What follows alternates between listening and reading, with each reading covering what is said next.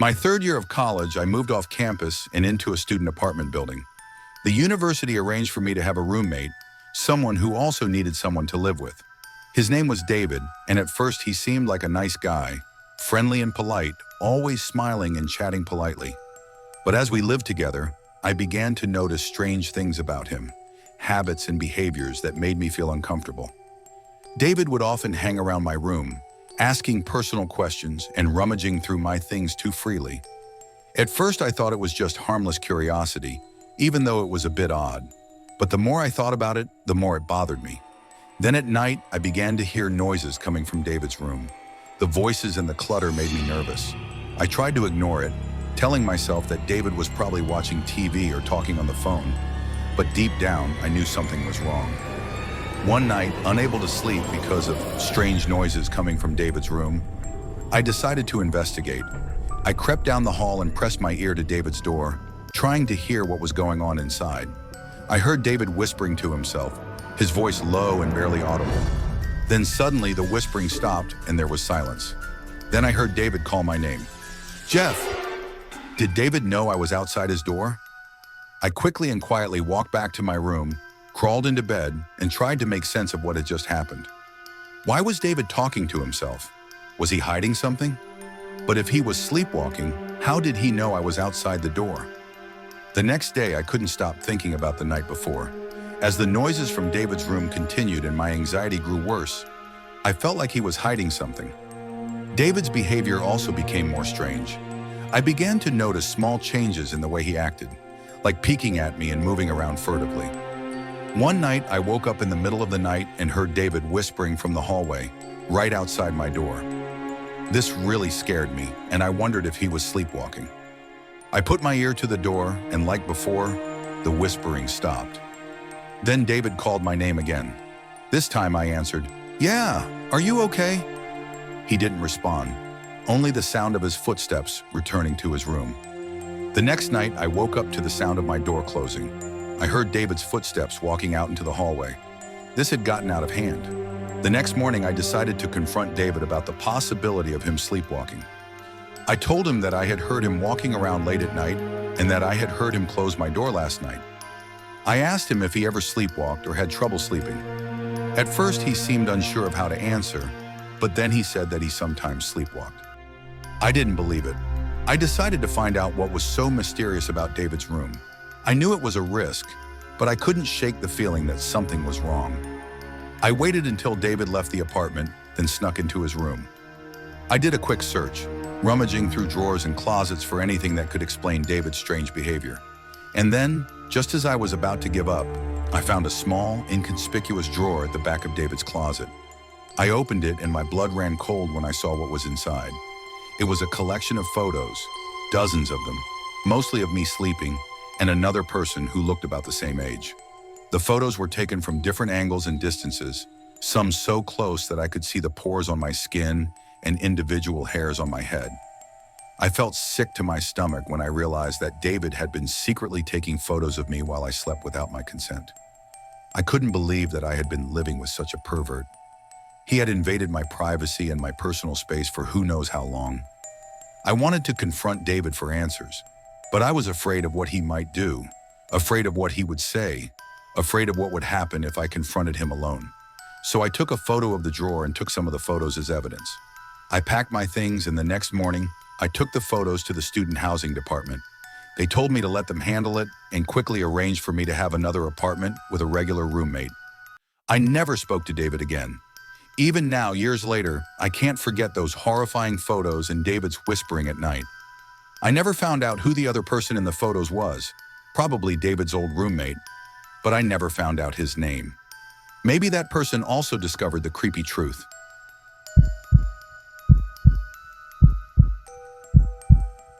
After a big fight with my parents, I had to move out and find a new place to live. I had been living on friends' couches for a while, but I knew that wouldn't last. I started looking on apps and websites for apartments and roommates. On one app, I found a room for rent from a man named Luke. It was a one-story house with 3 bedrooms, and the rent was $200 a month. Luke would be my landlord and roommate since he also lived in the house. In the ad, he emphasized that he would be out a lot and that the tenant would have the house to themselves. However, he also emphasized a few rules like no parties, no large gatherings, no drinking in the living room, and no basement. Those rules seemed pretty standard. I went to see the house and met Luke. As soon as he opened the door, I got the feeling that he was a closed person. He seemed quiet and a little strange.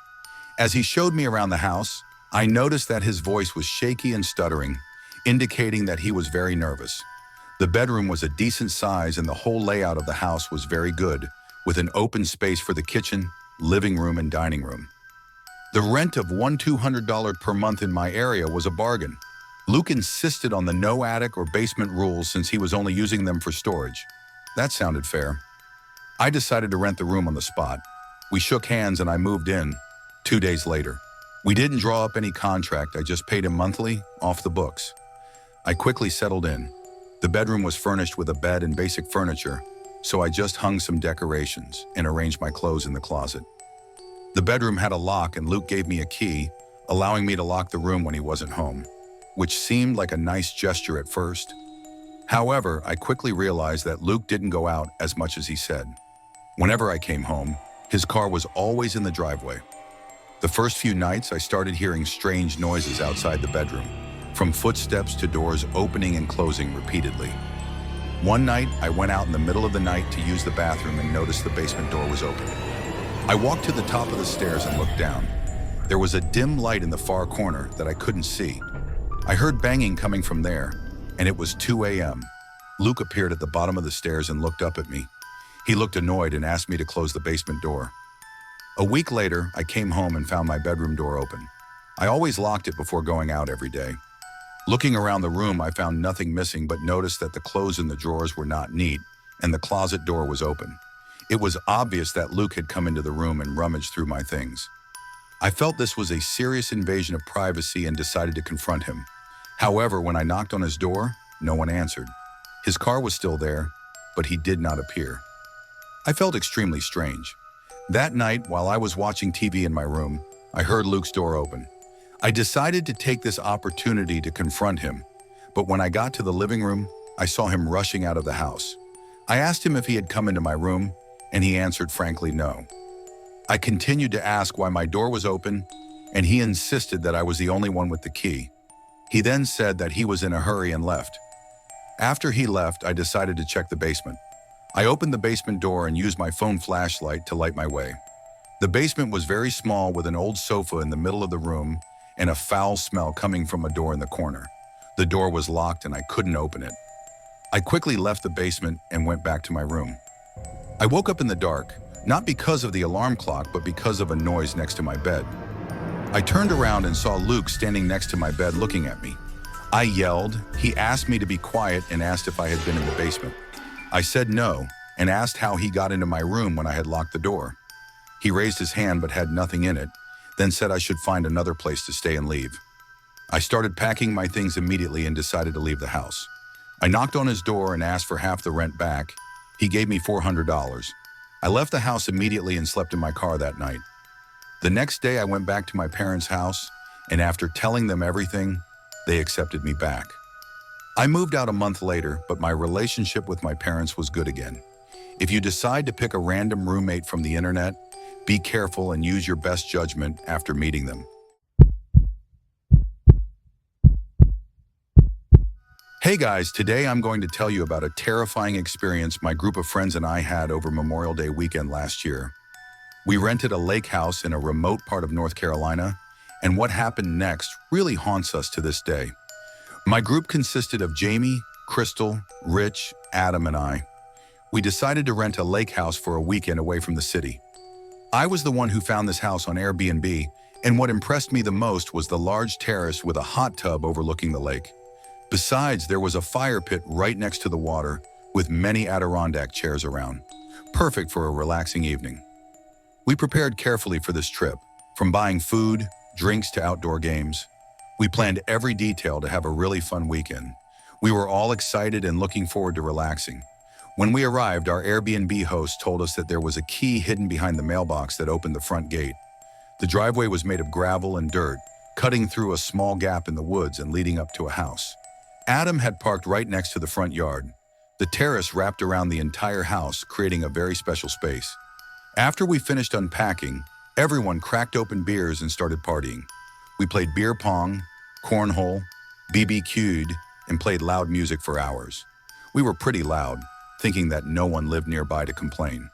As it started to get dark and we sat around the fire pit, a voice suddenly rang out from the edge of the woods, startling us all. It was a middle-aged woman with short hair. She started yelling at us to keep the music down. One of the girls asked if she lived nearby and if she heard the music, but she didn't answer and just kept yelling. Then she walked into the woods, completely disappearing into the darkness. We felt very strange, but then continued partying and forgot about it. After a while, when a song ended and it was quiet again, we heard a voice calling for help from the middle of the lake. We stood up and called out, "Who's out there? Is anyone in the water?" The voice replied, "Yes, help!" Adam and I quickly took the kayaks and paddled out to the middle of the lake to save the person. But no matter how far we paddled into the lake, the voice seemed to get farther and farther away.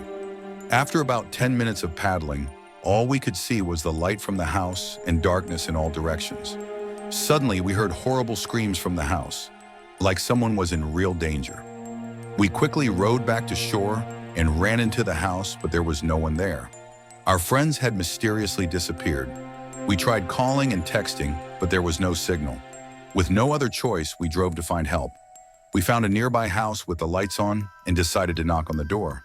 But when we looked through the window, we saw the woman from before standing there staring out with an angry look. We were so scared that we left in a hurry. A while later, Rich called me, saying that 2 masked men with axes were coming from the woods and that our friends had run away. We tried to look for them but couldn't find them. Eventually, the police came and helped us find our friends, but no one could explain what had happened. We quickly left and never looked back. We returned home and tried to forget the horror, but it still haunts us to this day. Crystal started having nightmares and had to see a therapist. Jamie became very scared and didn't dare go anywhere far anymore. Adam and I also feel uneasy when thinking about that weekend. We decided never to rent a house in a remote area again, and always check the surrounding area thoroughly before going. The experience completely changed the way we look at relaxing trips, and it will always be a scary memory that we will never forget.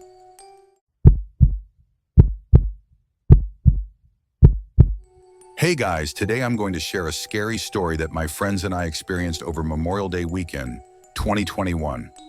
We had a boating party to enjoy the holiday, but what happened next was something we'll never forget.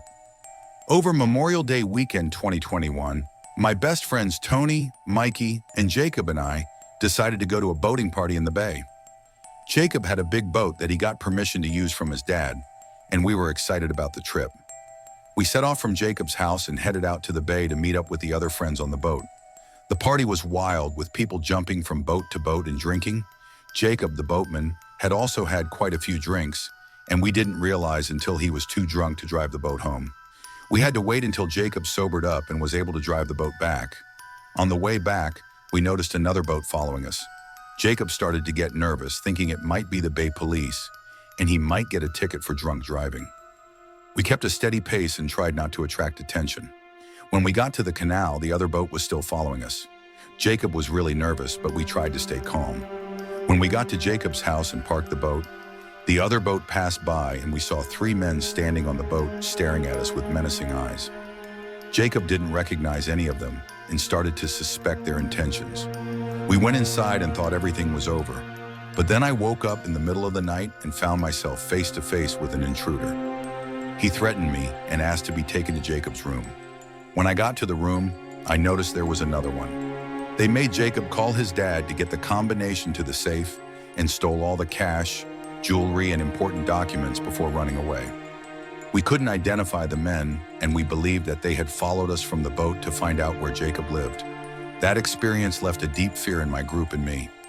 The next day, we decided to report to the police and tell them the whole story. The police came to the scene and took statements from all of us. They began to investigate and hunt for the men who attacked us. During the investigation, we lived in fear and tension. Every time there was a strange noise, we were startled and worried that the men would come back. A week later, the police announced that they had arrested one of the attackers. He gave the names of the other 2 accomplices, and they were arrested shortly after. We felt relieved to know that the men had been arrested, but the fear and trauma remained. That terrifying experience changed our lives forever. Jacob decided to sell the boat and never want to participate in boat parties again. Tony and Mikey also became more careful in choosing places to hang out and always check carefully before participating. As for me, every time I think about that night, I still feel scared and shiver. I cannot forget the threatening eyes of the attackers and the feeling of helplessness when facing them. I learned a valuable lesson about safety and caution in life. We decided to always be vigilant and never let ourselves fall into such a dangerous situation again.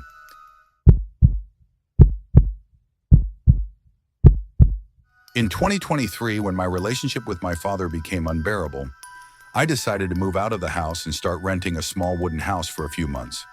The main tenant of this house, whom I will call the landlord for the sake of clarity, was also having personal problems that forced him to leave the house, so I was able to rent it back easily.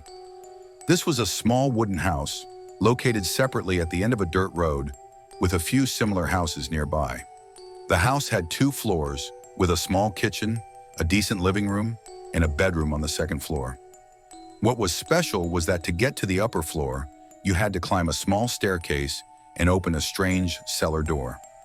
Although the house was not large for me at that time, it was really ideal to get away from the tensions and conflicts with my father.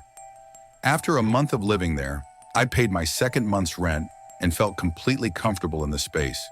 As usual, after a 12-hour shift, I was exhausted and just wanted to go home, have a quick snack, and then go to bed to watch TV until I fell asleep. That night was no different. After making a peanut butter sandwich and a protein shake, I climbed into bed and turned on the TV. Before lying down, I made sure to close the basement door because I didn't feel safe leaving it open. However, while I was lying in bed watching TV, I suddenly heard a voice from below. "Who's up there?" My heart stopped for a moment. The voice came from inside the house, or so I thought, but it could have come from outside. I immediately turned off the TV and slowly crawled to the round window on the wall looking out.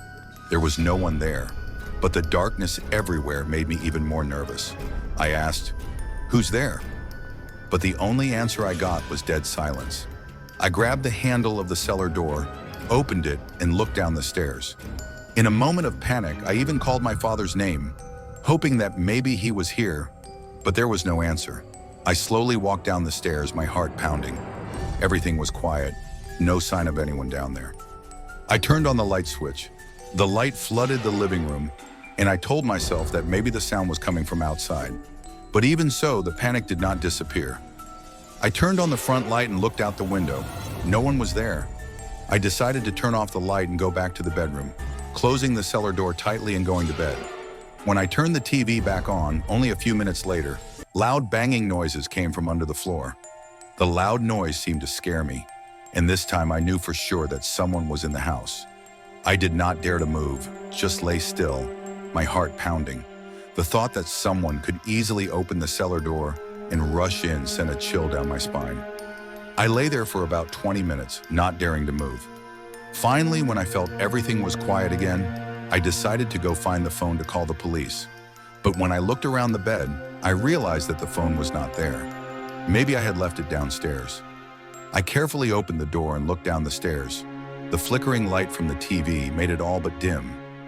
I walked down the stairs without turning on the lights, and as soon as I reached the bottom floor, I immediately ran out the back door, barefoot towards the nearest house with lights. I banged on the door repeatedly, hoping to find help. But when I looked through the window, I saw a man staring at me from inside, not reacting, not saying a word. The silence and his strange look frightened me, and I started to back away, feeling a chill down my spine. At that moment, I suspected that this man might have something to do with what happened in my house. Not daring to stay any longer, I returned to my rented house. When I returned, the back door was still closed as I had left it. I locked it tightly and turned on all the lights in the house, deciding to search for the stranger in my phone. Finally, I found the phone in the car, where I had accidentally left it. I returned to the house, but when I got to the bedroom, I was horrified to find a man sitting on the bed staring at the TV screen. I screamed, and the man slowly turned his head to look in my direction. In just a split second, I turned and ran down the stairs and out of the house, calling 911 as I ran. I got in the car, locked the door, and talked to the operator, not taking my eyes off the house. I saw a man's shadow silently cross the backyard and disappear into the woods. When the police arrived, they checked the house but found no one. The police advised me to stay somewhere else for the night. I decided to go back to my father's house for the time being. After packing up the next day, I left, and the landlord agreed to refund part of the rent. Strangely, he only asked me what the man looked like, and then didn't ask any more questions, which made me wonder if he knew anything about it. Maybe I was just overthinking it, but that uneasy feeling remained. It was a Tuesday night around 11 p.m. in 2013, and I was walking down a dark road on my way home from work. My car was under repair, so I was forced to walk the 3 miles home every day. The walk took about an hour, so I usually got home before midnight. I lived in a small town in southern Indiana, where traffic was rare after 10 p.m. The only vehicles you would see were delivery trucks heading toward Indianapolis. I had gone about a mile when I turned onto a dirt road. My house was off the main road, so I had to walk through the deserted dirt roads surrounded by trees to get home. As I turned onto the dirt road, I heard the sound of an engine in the distance, getting closer and closer, but at a very slow speed. I saw from a distance, about 400 meters away, a truck moving slowly without its headlights on. At first, I didn't find this unusual because my town had a cheap used car dealership that sold trucks and vans with broken parts like headlights. I just assumed that this person must be one of their customers. I continued walking on the side road while the truck continued to quietly move onto the main road. But then, I was startled when I heard the engine roar and the truck accelerated rapidly. At this time, its headlights came on. I felt uneasy, but I tried not to show it. As the truck approached the turn onto the dirt road, it suddenly turned off its headlights and slowed down, which really scared me. I started walking faster, not daring to turn back, but the feeling of fear made me look back. When I looked back, I saw that the truck had turned onto the dirt road and was still coming towards me. When I was only about 150 meters away from the truck, I decided to run as fast as I could. I didn't want to turn back, but I couldn't help but worry about what might happen. Once again, I turned around and felt my heart stop when I saw the horrifying scene. The truck had stopped. Both front doors were wide open. Panicking, I ran as fast as I could into the nearby woods and hid behind a large rock. From a distance, I heard a middle-aged man's voice echo, "I think she ran into the woods." My heart almost dropped when I heard the 3 young girls reply, "Yes, sir, we will find her." At this point, the fear was not only about being caught, but also that I might be dragged into some cruel group. I tried to cover my mouth to keep from making a sound, while the man continued, "Whoever finds her will not be punished tonight." A million terrifying thoughts ran through my head. Was this a satanic cult? Were those girls kidnapped? Was I being turned into one of them? I sat motionless behind the rock, listening to every sound around me. Every little noise made me tremble. Time seemed to stop, each second passing like a lifetime. Then suddenly, the red and blue lights of a police car appeared outside the forest. I rushed out of my hiding place, screaming for help. A policeman approached and asked, "Do you know about the body?" I replied, bewildered. "What body?" Before my eyes was the most horrible scene I had ever seen. The truck was no longer in sight. I hurriedly told the police everything, from the car, the man, to the girls. The police said they would investigate further and kindly took me home. That night, I couldn't sleep. From my bedroom window, I saw the truck again, this time without its lights on, slowly driving down the street in front of my house. I quickly wrote down the license plate number and called the police immediately. When the police arrived, the truck was gone, but what they told me made me even more terrified. We checked the license plate number. It's registered in South Dakota. But the strange thing is that we've had reports from other places across the country of suspicious trucks with the same license plate tonight. In Vermont, Nevada, Alaska, and Texas. The police said they would contact me if they had more information, but I never got a call. I don't believe in the paranormal, so I assumed it was some kind of cult using fake license plates to commit grisly acts across the country. But I'll probably never know. I moved out of Indiana, and from then on, whenever I saw anything suspicious, I would run away immediately.